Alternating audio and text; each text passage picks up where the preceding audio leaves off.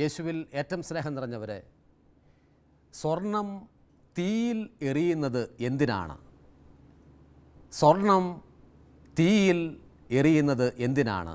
ഈ വിഷയത്തെക്കുറിച്ചായിരിക്കും നാം ഏതാനും സമയം ഈശോയുടെ മുമ്പിലായിരുന്ന് ധ്യാനിക്കുന്നത്. പത്രോസ്ലീഹ എഴുതിയ ഒന്നാമത്തെ ലേഖനം 1-ാമത്തെ അധ്യായം 7-ാമത്തെ തിരുവചനം ഇങ്ങനെയാണ്: അഗ്നിശോധന ചെയ്യപ്പെടുന്ന നശ്വരമായ സ്വർണത്തേക്കാൾ വിലയേറിയതായിരിക്കും പരീക്ഷണങ്ങളെ അതിജീവിക്കുന്ന നിങ്ങളുടെ വിശ്വാസം. പരീക്ഷിക്കപ്പെടാത്ത വിശ്വാസം വിശ്വാസമല്ല, തീയിലെറിയപ്പെടാത്ത സ്വർണം സ്വർണവുമല്ല. എന്തിനു വേണ്ടി വിശ്വാസം പരീക്ഷിക്കപ്പെടണം? എന്തിനു വേണ്ടി സ്വർണം തീയിലെറിയപ്പെടണം? ഞാൻ ഓർക്കുന്നു, ഏതാനും വർഷങ്ങൾക്ക് മുമ്പ് മൈസൂർ ഭാഗത്തു നിന്ന് മലയാളിയായ ഒരു വൈദികനെ UK-യിൽ ഒരു സ്ഥലത്തേക്ക്, ഒരു പാരിഷിലേക്ക് പറഞ്ഞു വിട്ടു. അദ്ദേഹം മൈസൂർ വളരെ നന്നായി ശുശ്രൂഷ ചെയ്യുന്ന സമയത്താണ് അദ്ദേഹത്തെ UK-യിലെ വെയിൽസ് ഭാഗത്തുള്ള ഒരു ഇംഗ്ലീഷ് പാരിഷിലേക്ക് പറഞ്ഞു വിടുന്നത്. അദ്ദേഹം അവിടെ ചെന്ന് നോക്കുമ്പോൾ വലിയ പള്ളിയാണ്, പക്ഷേ ആരും പള്ളിയുടെ അകത്തില്ല. യുവതിയുവാക്കളില്ല. യൂറോപ്യൻ രാജ്യങ്ങളിൽ കാരണവന്മാരെങ്കിലും വരാറുണ്ട്, പക്ഷേ വെയിൽസ് ഭാഗത്തുള്ള ഈ പള്ളിയിൽ കാരണവന്മാർ പോലും വരുന്നില്ല. ഒരു ഹോളി വീക്കായി അദ്ദേഹം മറുനാട്ടിൽ പോയതിന് ശേഷമുള്ള ഫസ്റ്റ് ഹോളി വീക്കാണ്, വിശുദ്ധവാരം. ആ ദിവസങ്ങളിൽ ആരെയും പള്ളിയിൽ കാണാനില്ല. ഈ വൈദികന് വലിയ വിഷമമായി. അദ്ദേഹം ഇങ്ങനെ ചിന്തിച്ചു: മൈസൂരിൽ ഒരു ഇടവകയിൽ ശുശ്രൂഷ ചെയ്യുന്ന സമയത്ത് എന്തുമാത്രം ജനമാണ് ദേവാലയത്തിൽ വന്നുകൊണ്ടിരുന്നത്. എന്നാൽ ഒരു വിശുദ്ധ വാരത്തിൽ പോലും, ഈസ്റ്റർ വാരത്തിൽ പോലും ദൈവ ശുശ്രൂഷയിൽ പങ്കുപറ്റാനായ ആളുകളില്ലല്ലോ എന്നോർത്ത് അദ്ദേഹം വിഷമിച്ചു. അദ്ദേഹം ഇങ്ങനെ കൂടി ചിന്തിച്ചു: എന്തിനു വേണ്ടി എൻ്റെ സുപ്പീരിയേഴ്സ്, എൻ്റെ അധികാരികൾ എന്നെ ഇങ്ങോട്ടേക്ക് പറഞ്ഞു വിട്ടു? ഇങ്ങനെ ഇരുന്ന് അദ്ദേഹം വിഷമിച്ചുകൊണ്ടിരിക്കുന്ന സമയത്താണ് അദ്ദേഹത്തിന് ഈ വചനം നൽകപ്പെട്ടു. 1 പത്രോസ് 1:7: അഗ്നിശോധന ചെയ്യപ്പെടുന്ന നശ്വരമായ സ്വർണത്തേക്കാൾ എന്തുകൊണ്ടും വില കൂടിയതാണ് പരീക്ഷിക്കപ്പെടുന്ന നിങ്ങളുടെ വിശ്വാസം എന്ന്. അദ്ദേഹം ഇങ്ങനെ ചിന്തിച്ചു: എങ്ങനെ ആരും പള്ളിയിൽ കയറാത്ത ഈ ദേവാലയത്തെ ജനങ്ങളെ കൊണ്ട് നിറയ്ക്കാൻ കഴിയും? അദ്ദേഹം ദുഃഖവെള്ളിയാഴ്ച ഒരു പ്രോഗ്രാം ഉണ്ട് എന്ന് പറഞ്ഞ് പെസഹ വ്യാഴാഴ്ച രാത്രി അനൗൺസ് ചെയ്തു. നമുക്കറിയാം, നമ്മുടെ എല്ലാ ദേവാലയങ്ങളിലും തന്നെ, എല്ലാ ക്രിസ്തീയ ദേവാലയങ്ങളിലും കുരിശിൻ്റെ വഴിയുണ്ട്, വേ ഓഫ് ദ ക്രോസ് എന്ന് പറയുന്നത്. അദ്ദേഹം പറഞ്ഞു, സാധാരണയായി ക്രിസ്തീയ സഭകളിൽ, ക്രിസ്തീയ ദേവാലയങ്ങളിൽ വേ ഓഫ് ദ ക്രോസ് ആണ് ഉള്ളതെങ്കിൽ, നമ്മുടെ ഈ ഭാഗത്ത്, ഈ ദേവാലയത്തിൽ, ഈ ഇടവകയിൽ നമ്മൾ ആഘോഷിക്കാൻ പോകുന്നത് വാക്ക് ഓഫ് ദ ക്രോസ് ആണെന്ന് പറഞ്ഞു. കുരിശിൻ്റെ നടത്തം. എന്താണ് പരിപാടിയായിരുന്നത്? അദ്ദേഹം പറഞ്ഞു, സായിപ്പ് മാതാമ്മമാരോടൊക്കെ പറഞ്ഞു, നിങ്ങൾ പോരുമ്പോൾ നിങ്ങൾ എല്ലാ ദിവസവും മോർണിംഗിൽ നടക്കാൻ പോകുന്നതാണ്, പട്ടിയെ കൊണ്ട് നടക്കാൻ പോകുന്നതാണ്, പള്ളിയിൽ നിങ്ങൾ വരില്ല. അതുകൊണ്ട് വാക്ക് ഓഫ് ദ ക്രോസ് ആയിട്ടാണ് നമ്മൾ ദുഃഖവെള്ളിയാഴ്ച സർവീസിൽ പങ്കുപറ്റുന്നത് എന്ന് പറഞ്ഞു. പള്ളിയിൽ വന്ന പെസഹ വ്യാഴാഴ്ച വന്നതും അതിൻ്റെ തലയാഴ്ചകളിലായിട്ട് വന്നതുമായ ഏതാനും പേരോട് മാത്രമാണ് അദ്ദേഹം ഈ മെസ്സേജ് കമ്മ്യൂണിക്കേറ്റ് ചെയ്തത്. ധാരാളം പേരിലേക്ക് ഈ സന്ദേശം എത്തി. ഇടവകയിലുള്ളവർ, ഇടവകയിൽ ജോയിൻ ചെയ്യാത്തവരായിരിക്കുന്ന എല്ലാ കൂട്ടത്തിലുമുള്ള ആളുകളുടെ ഇടയിലേക്ക് ഈ സന്ദേശം ചെന്നു. അവർ കരുതി, കൊള്ളാമല്ലോ വികാരിയച്ഛൻ, വേ ഓഫ് ദ ക്രോസ് മാറ്റി വാക്ക് ഓഫ് ദ ക്രോസ് വെച്ചിരിക്കുന്നു. അവർ രാവിലെ തന്നെ എഴുന്നേറ്റ് ചായ കുടിയൊക്കെ കഴിഞ്ഞ് ആഘോഷകരമായി പട്ടീനെ പിടിച്ചുകൊണ്ട് പള്ളിയുടെ ഫ്രണ്ടിലേക്ക് ചെന്നു. ദുഃഖവെള്ളിയാഴ്ച രാവിലെ കുരിശുമായി ബഹുമാനപ്പെട്ട വികാരിയച്ഛൻ ദേവാലയത്തിന് മുമ്പിലേക്ക് വരുമ്പോൾ കാണുന്നത് ഏതാണ്ട് 25ഓളം ചേട്ടന്മാരും ചേട്ടത്തിമാരും 8ഓ 9ഓ പട്ടികളെയും കൊണ്ട് വന്നിരിക്കുകയാണ്. കുട്ടികൾ അവിടെ ഇല്ല. അപ്പോൾ ഉള്ള പട്ടികളെയൊക്കെ കൂട്ടിക്കൊണ്ട് വന്നിരിക്കുകയാണ്. അങ്ങനെ അദ്ദേഹം എന്നോട് പങ്കുവെച്ചത് ഇങ്ങനെയാണ്: ആദ്യമായി അദ്ദേഹം അവിടെ ചെന്നതിന് ശേഷം, UK-യിൽ കാലുകുത്തിയതിന് ശേഷം, ആദ്യമായി 25ഓളം കാരണവന്മാരും 7ഓ 8ഓ പട്ടികളും 2ഓ 3ഓ കുട്ടികളും അച്ഛൻ കുരിശും പിടിച്ച് ആഘോഷകരമായി ദുഃഖവെള്ളിയാഴ്ചത്തെ കർമ്മം നടത്തി.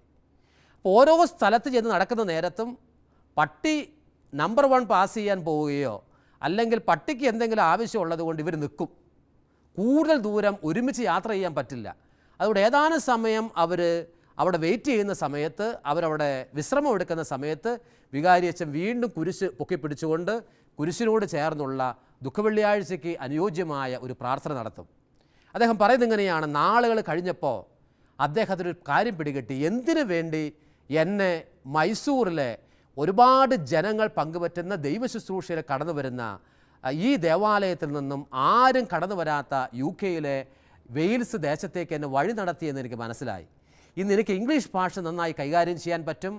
പള്ളി വളരെ എംപ്റ്റി ആണെങ്കിലും, ശൂന്യമായ ഒരു പള്ളിയിലേക്കാണ് എന്നെ പറഞ്ഞു വിടുന്നതെങ്കിലും എങ്ങനെ അവിടേക്ക് ദൈവജനത്തെ കൂട്ടിച്ചേർക്കാൻ കഴിയും എന്നുള്ള ബോധ്യം എനിക്ക് കിട്ടി. അതിനുള്ള വഴികൾ ദൈവത്തിൻ്റെ പരിശുദ്ധാത്മാവ് എന്നെ പറഞ്ഞു പഠിപ്പിച്ചു. സ്വർണം തീയിൽ എറിയുന്നത് എന്തിനാണ്? വിശ്വാസം പരീക്ഷിക്കപ്പെടുന്നത് എന്തിനാണ്? ഒന്നാമത്, സ്വർണം വെറുതെ തീയിൽ വീണതല്ല, അത് ആരോ എറിഞ്ഞതാണ്. സഹോദരങ്ങളെ, ഒരു സ്വർണവും തന്നെ തീയിൽ എറിയപ്പെടാറില്ല, മറിച്ച് ആരെങ്കിലും ബോധപൂർവം എറിഞ്ഞതാണ്. സ്വർണം ബോധപൂർവം എറിയപ്പെട്ടതാണെങ്കിൽ സത്യത്തിൽ സ്വർണത്തിന് അതിൻ്റെ കാരണം അറിയില്ല, പക്ഷേ എറിഞ്ഞവന് അതിൻ്റെ കാരണമറിയാം. അതുകൊണ്ട് രണ്ടാമത്തെ പ്രത്യേകത, എറിഞ്ഞവന് ഒരു ഉദ്ദേശമുണ്ട്. ഇല്ലാതെ ഒരു സ്വർണവും തീയിലെറിയപ്പെടാറില്ല. ഉദ്ദേശമില്ലാതെ വിശ്വാസികളുടെ ഒരു വിശ്വാസവും പരീക്ഷിക്കപ്പെടാറില്ല. മാതാപിതാക്കളെ, സഹോദരങ്ങളെ, പരീക്ഷിക്കപ്പെടാത്ത വിശ്വാസമല്ല. പരീക്ഷയ്ക്ക് വിധേയമാകാതെ ഒരു കുട്ടിയെയും ഒരു വിദ്യാർത്ഥിയെയും അവൻ വിജയിച്ചോ അല്ലെങ്കിൽ പരാജയപ്പെട്ടോ എന്ന് തീരുമാനിക്കുക സാധ്യമല്ല. വിശ്വാസമാണെങ്കിൽ അത് പരീക്ഷിക്കപ്പെടണം. സ്വർണമാണെങ്കിൽ അത് കുറേ കൂടി മാറ്റുരയ്ക്കുന്ന സ്വർണമായിട്ട് മാറാൻ തീയിൽ എറിയപ്പെടുക തന്നെ വേണം. അതുകൊണ്ട് എറിഞ്ഞവന് ഒരു ഉദ്ദേശമുണ്ട്, അത് എറിയപ്പെട്ടവന് മനസ്സിലാകണമെന്ന് നിർബന്ധമില്ല. നമ്മൾ ദാനിയേലിൻ്റെ പുസ്തകത്തിലാണ് 3 ചെറുപ്പക്കാരായ യുവാക്കളെ, അവർ വളരെ വിശുദ്ധരായിരുന്നു, ഈ 3 യുവാക്കളെ വലിയ തീയിലേക്ക് നെബൂഖദ്നേസർ രാജാവ് എറിയുന്ന ചിത്രം ദാനിയേലിൻ്റെ പുസ്തകം 3-ാം അധ്യായത്തിൽ നമ്മൾ വായിക്കുന്നത്. അവരുണ്ടാക്കിയ സ്വർണ്ണ വിഗ്രഹത്തിന് ആരാധന അർപ്പിക്കുന്നതിന് പകരം അവർ ഇസ്രായേലിൻ്റെ ശക്തനായ ദൈവത്തിന് ആരാധന അർപ്പിച്ചു എന്നുള്ളതാണ് അവരെ 3 പേരെയും തീയിലെറിയാൻ മാനുഷികമായ ദൃഷ്ടിയിൽ നോക്കിയാൽ കാരണമായിട്ട് മാറിയത്. എന്നാൽ ദൈവത്തിനൊരു പദ്ധതിയുണ്ടായിരുന്നു. പലരും ചോദിച്ചു, 3 പേര് നീതിമാന്മാരായിരുന്നു, ഈ 3 യുവാക്കളെ തീയിലെറിയാൻ സ്വർഗത്തിലെ പിതാവ് എന്തുകൊണ്ട് സമ്മതിച്ചു? സഹോദരങ്ങളെ, ഓർക്കണം, തീയിൽ എറിയപ്പെടുന്നവൻ അറിയില്ല, നോക്കി നിൽക്കുന്നവൻ അറിയില്ല, പക്ഷേ എറിഞ്ഞവൻ അതിന് ഉദ്ദേശമുണ്ട്. എന്തായിരുന്നു ഉദ്ദേശം? ഈ 3 യുവാക്കളെ ബാബിലോൺ പ്രവിശ്യയിലെ 3 പ്രധാനപ്പെട്ട നേതാക്കന്മാരായി നിയോഗിക്കാൻ ഈ 3 യുവാക്കൾ ഏതാനും സമയങ്ങളിലേക്ക് ഈ തീയിൽ, ഈ അഗ്നികുണ്ഡത്തിൽ കഴിയേണ്ടിയിരുന്നു. മാത്രവുമല്ല, നെബൂഖദ്നേസർ രാജാവ് വിജാതീയ ദൈവങ്ങളുടെ പിന്നാലെ പോയവൻ ഇസ്രായേലിൻ്റെ ശക്തനായ ദൈവത്തിലേക്ക് മടങ്ങി വരാൻ ഈ 3 യുവാക്കൾ ഏതാനും സമയത്തേക്ക് അഗ്നികുണ്ഡത്തിൽ കിടക്കേണ്ടിയിരുന്നു. കാരണം അഗ്നികുണ്ഡത്തിൽ കിടക്കുന്ന സമയത്താണ് നെബൂഖദ്നേസർ രാജാവും അവൻ്റെ സൈന്യാധിപന്മാരും നോക്കുന്ന നേരത്ത് 4ാമതൊരാൾ കൂടി ആ അഗ്നികുണ്ഡത്തിൽ കടന്നു വന്ന് ഇവരെ പ്രത്യേകമായി സംരക്ഷിക്കുന്നത്, പ്രത്യേകമായി പ്രൊട്ടക്റ്റ് ചെയ്യുന്നത് കാണുന്നത്. ഒരു ചെറിയ രോമം പോലും കത്താനായി, അവരുടെ ശരീരത്തിലെ ഒരു ചെറിയ രോമം പോലും കത്താൻ ഇടവരാത്ത വിധത്തിൽ ആ 4ാമതൊരാൾ, ഇസ്രായേലിൻ്റെ ശക്തനായ ദൈവം അയച്ച മാലാഖ, അവരെ പ്രത്യേകമായ വിധത്തിൽ സംരക്ഷിക്കുന്നു. ഇതാ, എറിയപ്പെട്ടവന് അർത്ഥം മനസ്സിലാകില്ല, പക്ഷേ എറിഞ്ഞവനൊരു ഉദ്ദേശമുണ്ട്, എറിഞ്ഞവന് അതിൻ്റെ അർത്ഥം മനസ്സിലാവുക തന്നെ ചെയ്യും. 3ാമതായി, എറിഞ്ഞവന് ഒരു സമയനിഷ്ഠയുണ്ട്. എല്ലാ കാലത്തേക്കുമായി സ്വർണം അഗ്നിയിൽ എറിയാറില്ല. എന്തുകൊണ്ടാണ് എറിയാത്തത്? മുഴുവൻ മണിക്കൂറുകളിലേക്ക് അല്ലെങ്കിൽ കൂടുതൽ സമയത്തിലേക്ക് സ്വർണം അഗ്നിയിൽ എറിഞ്ഞാൽ അത് നല്ല സ്വർണമായിട്ട് മാറുന്നതിന് പകരം വെറും തീക്കട്ടയായി മാറും, അല്ലെങ്കിൽ വെറും കരിക്കട്ടയായിട്ട് മാറും, ഗുണമില്ലാത്ത സ്വർണമായിട്ട് മാറും. അതുകൊണ്ട് സമയപരിധിയില്ലാതെയല്ല ഒരു സ്വർണവും തീയിലെറിയപ്പെടുന്നത്. ഇതുപോലെ തന്നെ വിശ്വാസം ഒരാളുടെ പരീക്ഷിക്കപ്പെടുന്നതും എല്ലാ കാലത്തേക്കുമായിട്ടല്ല. ക്രിസ്തു കാലത്തിന് ശേഷം നമ്മൾ മടങ്ങി വരിക തന്നെ ചെയ്യും. പത്രോസ്ലീഹ എഴുതിയ 1-ാമത്തെ ലേഖനം 1-ാമത്തെ അധ്യായം 6-ാമത്തെ തിരുവചനം നമ്മൾ ഇങ്ങനെയാണ് വായിക്കുന്നത്: അല്പകാലത്തേക്ക് നിങ്ങൾ പരീക്ഷിക്കപ്പെടുമെങ്കിലും തുടർന്ന് നിങ്ങൾ ആനന്ദത്തിലേക്ക് മടങ്ങി വരിക തന്നെ ചെയ്യും. അല്പകാലത്തേക്കാണ് നിങ്ങൾ സഹിക്കുന്നത് എങ്കിലും വരാനിരിക്കുന്നത് ഉന്നതമായ ആനന്ദമാണ്. സഹോദരങ്ങളെ, വിത്തുമായി ഏറെ കരച്ചിലോടും വിലാപത്തോടും കൂടി നിലം നോക്കി യാത്ര ചെയ്യുന്നൊരു കർഷകൻ സന്തോഷത്തോടു കൂടി കറ്റ ചുമന്ന് മടങ്ങി വരുന്നത് പോലെ തന്നെ ഏതാനും കാലത്തെ പരീക്ഷകൾക്ക് ശേഷം ഏതൊരു വിശ്വാസിയും കൂടുതൽ ഉന്നതവും ഉദാത്തവുമായ തലങ്ങളിലേക്ക് ഉയരും. ഞാൻ അതുകൊണ്ടാണ് പറഞ്ഞത്, എറിഞ്ഞവൻ ഒരു സമയം നിശ്ചയിച്ചിട്ടുണ്ട്. വലിയ നീണ്ടുകിടക്കുന്ന സമുദ്രത്തിന് ചുറ്റുമായി മണൽ തിട്ട കൊണ്ട് അതിർത്തികൾ സമുദ്രത്തിന് വേണ്ടി നിശ്ചയിച്ചിരിക്കുന്നത് പോലെ തന്നെ മനുഷ്യൻ്റെ ഏതൊരു സഹനത്തിനും ഏതൊരു പരീക്ഷയ്ക്കും ദൈവത്തിൻ്റെ പരിശുദ്ധാത്മാവ് ഒരു സമയപരിധി നിശ്ചയിച്ചിട്ടുണ്ട്. 4-മതായി, യജമാനൻ്റെ മുഴുവൻ ശ്രദ്ധയും മുഴുവൻ കരുതലും ഈ സ്വർണത്തിൻ്റെ മേലായിരിക്കും. ഒരു സ്വർണത്തിൻ്റെ കഷണവും അഗ്നിയിൽ എറിഞ്ഞതിന് ശേഷം അശ്രദ്ധമായി ഒരു യജമാനനും കഴിയില്ല. ഞാൻ നേരത്തെ സൂചിപ്പിച്ചതുപോലെ തന്നെ ദീർഘമായ സമയത്തിലേക്ക് തീരെറിയപ്പെട്ട് കഴിഞ്ഞാൽ അത് കരിക്കട്ടയായി മാറും, അത് ഫലശൂന്യമായിട്ട് മാറും. അതുകൊണ്ട് യജമാനൻ ഏറെ ശ്രദ്ധയോടുകൂടി ഈ വീണ് കിടക്കുന്ന സ്വർണത്തെ ഏറ്റവും മനോഹരമായ സ്വർണമായി ഇതെപ്പോൾ മാറുമെന്ന് നോക്കിക്കൊണ്ട് കാത്തിരിക്കും. പരീക്ഷിക്കപ്പെടുന്ന വിശ്വാസിയുടെ കാര്യവും ഇതുപോലെ തന്നെയാണ്. പരീക്ഷകളുടെ സമയത്ത് ദൈവത്തിൻ്റെ പരിശുദ്ധാത്മാവ് അവരെ പ്രത്യേകമായ വിധത്തിൽ ശ്രദ്ധയോടും കരുതലോടും കൂടി കാത്തിരിക്കുന്നു. മറ്റൊന്ന്, തിരിച്ചെടുക്കുമ്പോൾ ഇതിൻ്റെ ഷെയ്പ്പ് മാറിയിരിക്കും.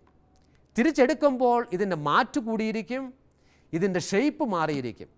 എന്ന് പറഞ്ഞാൽ വിശ്വാസം പരീക്ഷിക്കപ്പെട്ട് കഴിയുമ്പോൾ, സ്വർണം അഗ്നിയിൽ എറിയപ്പെട്ട് കഴിഞ്ഞ് അത് തിരിച്ചെടുക്കുന്ന സമയത്ത് അതിൻ്റെ ഷെയ്പ്പ് മാറിയിരിക്കുന്നത് പോലെ തന്നെ, അത് കൂടുതൽ മാറ്റുള്ളതായി മാറിയിരിക്കുന്നത് പോലെ തന്നെ പരീക്ഷിക്കപ്പെട്ട് കഴിയുമ്പോൾ കുറേ കൂടി ശക്തിയുള്ള ഒന്നായി വിശ്വാസി മാറും. വലിയ ഒരു കുന്നിൻ്റെ മുകളിൽ ഒറ്റപ്പെട്ട് നിൽക്കുന്നൊരു വൃക്ഷം പോലെയാണത്. ഒറ്റപ്പെട്ട് നിൽക്കുന്ന വൃക്ഷം വലിയ കാറ്റിൻ്റെ സമയത്ത് അങ്ങോട്ടും ഇങ്ങോട്ടും ആടിയുലയും, ഒരുപാട് വീഴാൻ തക്ക വിധത്തിൽ പരീക്ഷിക്കപ്പെടും. സഹോദരങ്ങളെ, എന്നാൽ കൊടുങ്കാറ്റ് എല്ലാ സമയത്തേക്കുമില്ല. കൊടുങ്കാറ്റും അതിൻ്റെ പ്രതിസന്ധികളും എല്ലാ കാലത്തേക്കുമില്ല. ഏതാനും മണിക്കൂറുകൾ കഴിയുമ്പോൾ, ഏതാനും സമയം കഴിയുമ്പോൾ പ്രശാന്തത മടങ്ങി വരിക തന്നെ ചെയ്യും.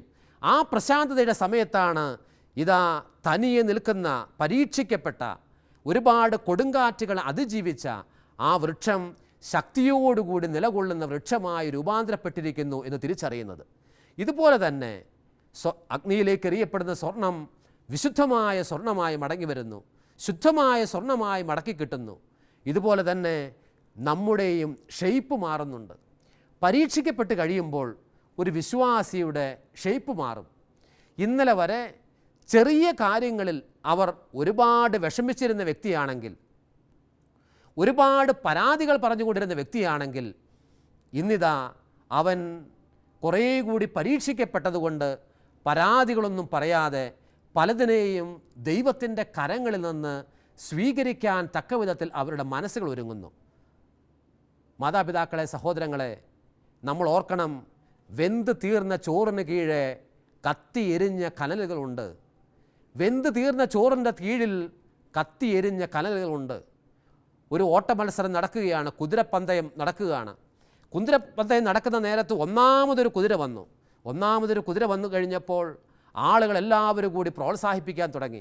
എല്ലാവരും കൂടി വലിയ സന്തോഷപ്രകടനം തുടങ്ങി. അവരെല്ലാവരും പറഞ്ഞു, കുതിര മനോഹരമായി ഓടി, ഇയാൾ നന്നായി കുതിരയെ മേയിച്ചു, നന്നായി ഓടിച്ചു. സത്യത്തിൽ അവർക്ക് 1-ാം സ്ഥാനം കിട്ടാനുള്ള കാരണം എന്തായിരുന്നു? 1-ാം സ്ഥാനം കിട്ടാനുള്ള കാരണം ഈ കുതിരയുടെ മുതുകിൽ അത്ര കണ്ട് ഈ യജമാനൻ വേദന കൊടുക്കുന്നുണ്ടായിരുന്നു എന്നുള്ളത് മാത്രമാണ്. അധികമായ വേദന ഈ കുതിരയുടെ മുകളിലിരിക്കുന്ന യജമാനൻ കുതിരയ്ക്ക് കൊടുത്തതുകൊണ്ട് സഹികെട്ട കുതിര മുഴുവൻ ശക്തിയും ഉപയോഗിച്ചുകൊണ്ട് മുഴുവൻ ആർജവത്വത്തോടും കൂടി ഒന്നാം സ്ഥാനത്തേക്ക് കടന്നു വരുന്നതിന് വേണ്ടി ഓടുകയാണ്. മാതാപിതാക്കളെ, സഹോദരങ്ങളെ, പരീക്ഷിക്കപ്പെടുന്ന സമയത്ത്, വിശ്വാസം പരീക്ഷിക്കപ്പെടുന്ന സമയത്ത് കുതിച്ചു പായുവാൻ ഇതുപോലെ ഏതൊരു വിശ്വാസിയെയും ദൈവത്തിൻ്റെ പരിശുദ്ധാത്മാവ് ഒരുക്കുന്ന സമയമാണ് എന്ന് നമ്മൾ തിരിച്ചറിയണം. അഗ്നിയിൽ എറിയപ്പെടുന്ന ഒരു കഷണം സ്വർണം ഇതാ അതിൻ്റെ മുഴുവൻ തീയെയും അതിജീവിച്ച് മടങ്ങി വരുന്നുണ്ടെങ്കിൽ, ഷെയ്പ്പ് മാറി രൂപം മാറി തിരിച്ചു വരുന്നുണ്ടെങ്കിൽ, എൻ്റെയും നിങ്ങളുടെയും വിശ്വാസം പരീക്ഷിക്കപ്പെടുന്ന സമയമാണ് ഏറ്റവും അനുഗ്രഹത്തിൻ്റെ സമയം എന്ന് നമ്മൾ തിരിച്ചറിയണം. സഭയിൽ ഏറെ അറിയപ്പെട്ട, ഏറെ സ്വീകാര്യനായ ഒരു വിശുദ്ധാത്മാവായിരുന്നു ആർസിലെ വിയാനി. സത്യത്തിൽ ധാർമ്മിക ദൈവശാസ്ത്രം പഠിക്കാൻ, മോറൽ തിയോളജി പഠിക്കാൻ കുറച്ച് വീക്കായിരുന്നു എന്നതിൽ കവിഞ്ഞ് അദ്ദേഹത്തിന് യാതൊരു കുറവുകളും ഉണ്ടായിരുന്നില്ല. അദ്ദേഹം ധാരാളം ഗ്രന്ഥങ്ങൾ വായിച്ചിട്ടുണ്ട്, ഒരുപാട് വിശുദ്ധരെക്കുറിച്ച് പഠിച്ചിട്ടുണ്ട്, എല്ലാം ഉണ്ടായിരുന്നു. പക്ഷേ ധാർമ്മിക ദൈവശാസ്ത്രത്തിൽ അദ്ദേഹം വളരെ മോശമായിരുന്നു. ഇതാ സഭയുടെ അധികാരികൾ തീരുമാനിച്ചത് ധാർമ്മികമായി തന്നെ ഏറ്റവും അധികം തകർന്നു കിടക്കുന്ന ആർസിലേക്ക് പറഞ്ഞു വിടുകയാണ്. ആ മനുഷ്യൻ, ആ വൈദികൻ അവിടെ കിടന്ന് ഒരുപാട് വിഷമിച്ചു. ഒരുപാട് ആദ്യ നാളുകളെ പരാതിപ്പെട്ടു, ദൈവമേ എന്തുകൊണ്ട് എന്നെ ഇവിടേക്ക് പറഞ്ഞു വിട്ടു. അദ്ദേഹത്തിനും ഒരു നാളിൽ വെളിപാട് പോലെ ഈ ഒരു വചനം ലഭിച്ചു. 1 പത്രോസ് 1:7, ഇവിടേക്ക് നിന്നെ അയക്കപ്പെട്ടിട്ടുണ്ടെങ്കിൽ ഇതാ സ്വർണം അഗ്നിയിൽ കിടന്ന് ശുദ്ധമാക്കപ്പെടുന്നത് പോലെ തന്നെ, വിശ്വാസം പരീക്ഷിക്കപ്പെട്ട് ശുദ്ധി ചെയ്യപ്പെടുന്നത് പോലെ തന്നെ നിന്നെ ആർസിലേക്ക് പറഞ്ഞു വിട്ടിട്ടുണ്ടെങ്കിൽ നിൻ്റെ മേൽ ദൈവത്തിന് ഉന്നതവും ഉദാത്തവുമായൊരു പദ്ധതി ഉണ്ട് എന്ന് ആർസിലെ ഇതാ പാവപ്പെട്ട അച്ഛന് ദൈവത്തിൻ്റെ പരിശുദ്ധാത്മാവ് വെളിപ്പെടുത്തി കൊടുത്തു. സഹോദരങ്ങളെ, കാലങ്ങൾ കഴിഞ്ഞപ്പോൾ ആ വൈദികനാണ് ഇന്ന് മുഴുവൻ വൈദികരുടെയും പേട്രൺ സെയിൻ്റായി ലോകം മുഴുവനിലും ആചരിക്കപ്പെടുന്നതും ബഹുമാനിക്കപ്പെടുന്നതും. നമ്മൾ ഓർക്കണം, ഏതൊരു പരീക്ഷയ്ക്കും ഏതൊരു വേദനയ്ക്കും പുറകിൽ ദൈവത്തിൻ്റേതായ പദ്ധതികളുണ്ട്. എന്തിന് സഹിക്കണം എന്ന് നിങ്ങൾക്ക് ബോധമുണ്ടെങ്കിൽ എങ്ങനെ സഹിക്കും എന്ന് നിങ്ങൾ പഠിക്കും. Someone who knows why of suffering will know how of suffering എന്ന് പറയാറുണ്ട്. ഒരു മനുഷ്യൻ എന്തിന് സഹിക്കണം എന്ന് ബോധ്യമുണ്ടെങ്കിൽ എങ്ങനെ സഹിക്കണം എന്നവൻ അറിഞ്ഞിരിക്കും. എനിക്കുമുണ്ട്, നിങ്ങൾക്കുമുണ്ട് ഒരുപോലെ സഹനങ്ങൾ. കർത്താവിൻ്റെ കരങ്ങളിൽ കൊടുത്ത് എനിക്കും നിങ്ങൾക്കും ഒരുപോലെ പറയാൻ കഴിയട്ടെ, കർത്താവെ, സ്വർണം അഗ്നിയിൽ ശുദ്ധി ചെയ്യപ്പെടുന്നത് പോലെ തന്നെ എൻ്റെ വിശ്വാസം പരീക്ഷിക്കപ്പെടുന്ന നാളുകളിൽ എന്നെയും ഉന്നതവും ഉദാത്തവുമായ ഒരു സ്ഥാനം അലങ്കരിക്കാൻ തക്ക വിധത്തിൽ അവിടുന്ന് ഒരുക്കുന്നതാണ് എന്ന് തിരിച്ചറിയാനും അത് ബോധ്യമായി ഹൃദയത്തിൽ സ്വീകരിക്കാനുമുള്ള കൃപ ഞങ്ങൾക്ക് ഓരോരുത്തർക്കും തരണമേ എന്ന് കർത്താവിൻ്റെ തിരുമുമ്പിലായിരുന്ന് നമുക്ക് പ്രാർത്ഥിക്കാം. ദൈവം നമ്മളെല്ലാവരെയും സമൃദ്ധമായി അനുഗ്രഹിക്കട്ടെ.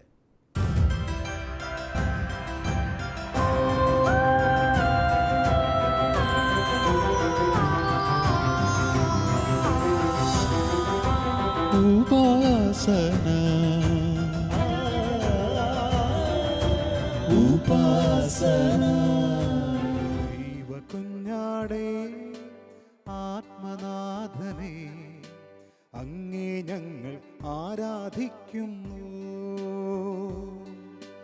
കൊല്ലപ്പെട്ടവനെ, ജീവനാഥനെ അങ്ങേ ഞങ്ങൾ ആരാധിക്കുന്നു. ദൈവകുഞ്ഞാടേ, ആത്മനാഥനെ അങ്ങേ ഞങ്ങൾ ആരാധിക്കുന്നു. കൊല്ലപ്പെട്ടവനെ, ജീവനാഥനെ അങ്ങേ ഞങ്ങൾ ആരാധിക്കുന്നു. ഹല്ലേലൂയാ, ഹല്ലേലൂയാ, ഹല്ലേലൂയാ, ആമേൻ. ഹല്ലേലൂയാ, ഹല്ലേലൂയാ, ഹല്ലേലൂയാ, ആമേൻ. ആരാധിക്കുന്നു, ഞങ്ങൾ ആരാധിക്കുന്നു, ഈശോയെ ആരാധിക്കുന്നു. ആരാധിക്കുന്നു, ഞങ്ങൾ ആരാധിക്കുന്നു, ഈശോയെ ആരാധിക്കുന്നു, ഈശോയെ ആരാധിക്കുന്നു.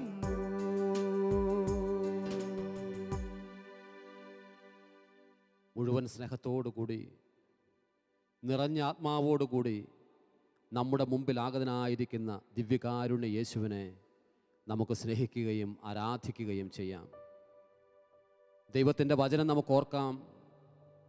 വരാനിരിക്കുന്ന മഹത്വത്തോട് തുലനം ചെയ്യുമ്പോൾ ഇന്നുള്ള കഷ്ടതകൾ നിസ്സാരമാണ് എന്ന് നിങ്ങൾ തിരിച്ചറിയണം.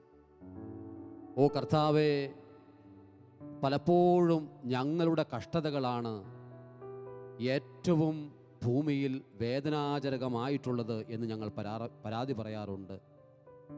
ഞങ്ങൾ ഒട്ടേറെ പരിഭവങ്ങൾ കർത്താവേ ഞങ്ങളുടെ ചുറ്റുവട്ടത്തുള്ളവരോടും അങ്ങയുടെ മുമ്പിലും പറയാറുണ്ട്.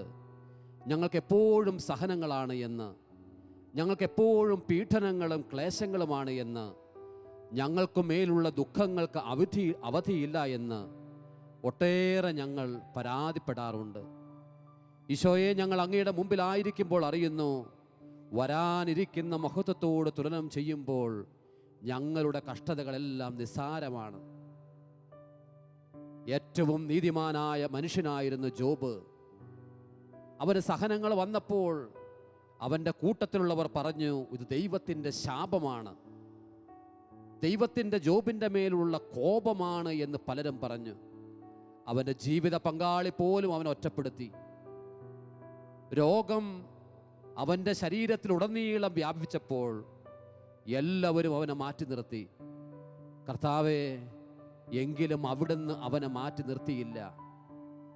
സഹിക്കുന്നവനെ കർത്താവ് മാറ്റി നിർത്തുകയല്ല, ചേർത്ത് പിടിക്കുകയാണ് ചെയ്യുന്നത്. കണ്ണീരൊഴുക്കുന്നവനെ ദൈവം മാറ്റി നിർത്തുകയല്ല, ചേർത്ത് പിടിക്കുകയാണ് ചെയ്യുന്നത്.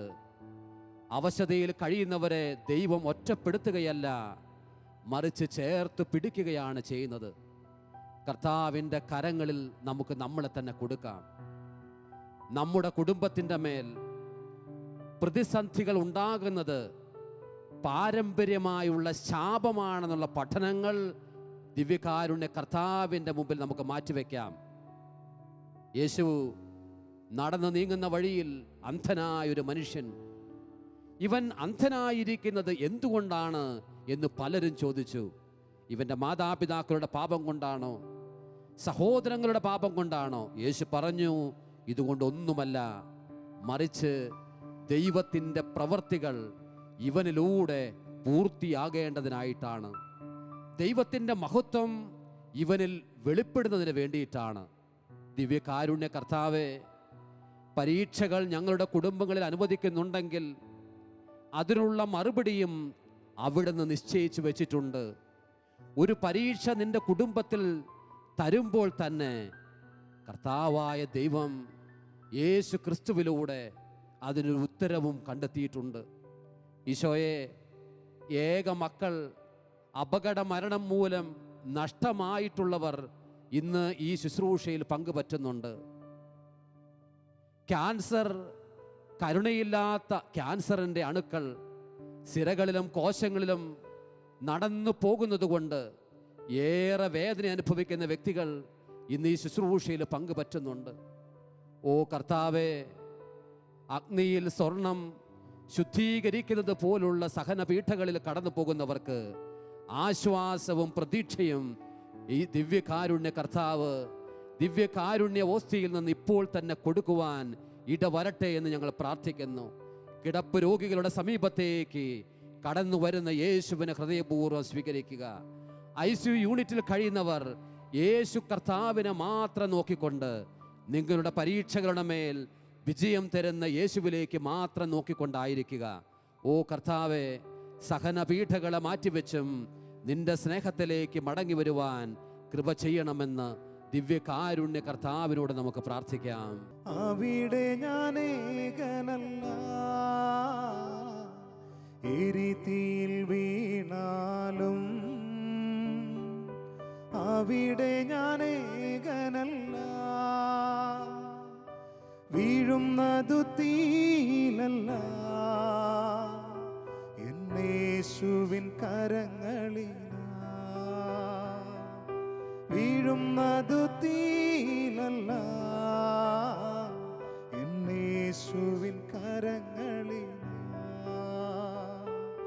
പരീക്ഷ എൻ്റെ ദൈവം അനുവദിച്ച പരിഹാരമെനിക്കായി കരുതിയിട്ടുണ്ട്.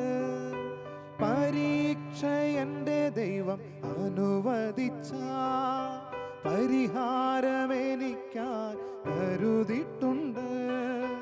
എന്തിനെന്ന് ചോദിക്കില്ല ഞാൻ, എൻ്റെ നന്മയ്ക്കായെന്നറിയുന്നു ഞാൻ. എന്തിനെന്ന് ചോദിക്കില്ല ഞാൻ, എൻ്റെ നന്മയ്ക്കായെന്നറിയുന്നു ഞാൻ. ദിവ്യകാരുണ്യ കർത്താവേ, ഞങ്ങൾ പരീക്ഷിക്കപ്പെട്ടത് ഞങ്ങളുടെ പ്രവർത്തികളുടെ ഫലമായിട്ടല്ല എന്ന് ഞങ്ങൾക്കറിയാം. ഞങ്ങൾ സഹനപീഠകളിലൂടെ കടന്നു പോകുന്നത് അവിടുന്ന് അറിയാതെയല്ല എന്ന് ഞങ്ങൾ തിരിച്ചറിയുന്നു. ഞങ്ങളുടെ രോഗങ്ങളുടെ പിന്നിൽ അവിടുത്തേക്കൊരു പദ്ധതിയുണ്ട്. ഞങ്ങളുടെ കുടുംബങ്ങളിൽ ദുർമരണങ്ങളെന്ന് വിശേഷിപ്പിക്കപ്പെടുന്ന വിധത്തിലുള്ള മരണങ്ങൾ പോലും സംഭവിക്കുമ്പോൾ അതിൻ്റെ പിറകിൽ അങ്ങേക്ക് ചിലത് സംസാരിക്കാനുണ്ട് എന്ന് ഞങ്ങൾ തിരിച്ചറിയുന്നു. ഞങ്ങളുടെ കുടുംബത്തിൽ ഒരിക്കലും പ്രതീക്ഷിക്കാത്ത വിധത്തിലുള്ള സംഭവങ്ങൾ ആവർത്തിക്കപ്പെടുമ്പോൾ കർത്താവേ, അത് ശാപമായോ ദൈവത്തിൻ്റെ കോപമായോ വ്യാഖ്യാനിക്കാതെ അങ്ങയുടെ തകർക്കപ്പെട്ട കരം ഞങ്ങളെ ഏറ്റവും അധികം ചേർത്ത് പിടിക്കുന്ന മണിക്കൂറുകളും സമയങ്ങളുമാക്കി വ്യാഖ്യാനിക്കുവാൻ ഞങ്ങൾക്ക് ഓരോരുത്തർക്കും കൃപ ചെയ്യണമേ എന്ന് കർത്താവിനോട് നമുക്ക് പ്രാർത്ഥിക്കാം. അവൻ്റെ സാന്നിധ്യം കിടപ്പ് രോഗികളുടെ സമീപത്തുണ്ട്. നിരാശയിൽ തലതാഴ്ത്തി നിൽക്കുന്നവരുടെ മുമ്പിൽ അവൻ്റെ സാന്നിധ്യമുണ്ട്. ആത്മഹത്യയുടെ വക്കിലെത്തിയിരിക്കുന്ന കുടുംബത്തിൻ്റെ മേൽ അവിടുത്തെ സാന്നിധ്യമുണ്ട്. ജീവിച്ചിട്ട് എന്ത് പ്രയോജനമെന്ന് കരുതുന്നവരുടെ മുമ്പിൽ അവൻ്റെ സാന്നിധ്യമുണ്ട്. അവൻ്റെ അനുവാദമോ സമ്മതമോ ഇല്ലാതെ ഒരാളും ഇന്നേ വരെ വേദനിക്കപ്പെടുന്നില്ല, ഒരാളും ഇന്നേ വരെ ദുഃഖിക്കപ്പെടുന്നില്ല, ഒരാൾക്കും ഒരു സഹനവും കടന്നു വരുന്നുമില്ല. ദിവ്യകാരുണ്യ യേശുവേ, മണൽ തിട്ട കൊണ്ട് സമുദ്രത്തിന് അതിർത്തി നിശ്ചയിച്ചതുപോലെ തന്നെ ഈ ശുശ്രൂഷയിൽ പങ്കുപറ്റുന്ന എല്ലാവരുടെയും സഹനങ്ങൾക്ക് അവിടുന്ന് അവധി കൊടുക്കണമേ. സ്നേഹപൂർവ്വം ആശീർവദിക്കണമേ. സൗഖ്യത്തിൻ്റെ കരം നീട്ടണമേ എന്ന് സ്നേഹത്തോടെ നമുക്ക് പ്രാർത്ഥിക്കാം. നമുക്കൊന്ന് ചേർന്ന് ദിവ്യകാരുണ്യ കർത്താവിനെ മഹത്വപ്പെടുത്തി അവൻ്റെ സൗഖ്യവും ആശ്വാസവും നമുക്ക് സ്വീകരിക്കാം. യേശുവേ ആരാധന, കർത്താവേ ആരാധന, ദൈവമേ ആരാധന, പരിശുദ്ധാത്മാവേ ആരാധന. സൗഖ്യത്തിൻ്റെ കരം നീട്ടണമേ, സ്നേഹത്തിൻ്റെ കരം നീട്ടണമേ, ആശീർവാദത്തിൻ്റെ കരം നീട്ടണമേ. കർത്താവേ ആരാധന, യേശുവേ ആരാധന.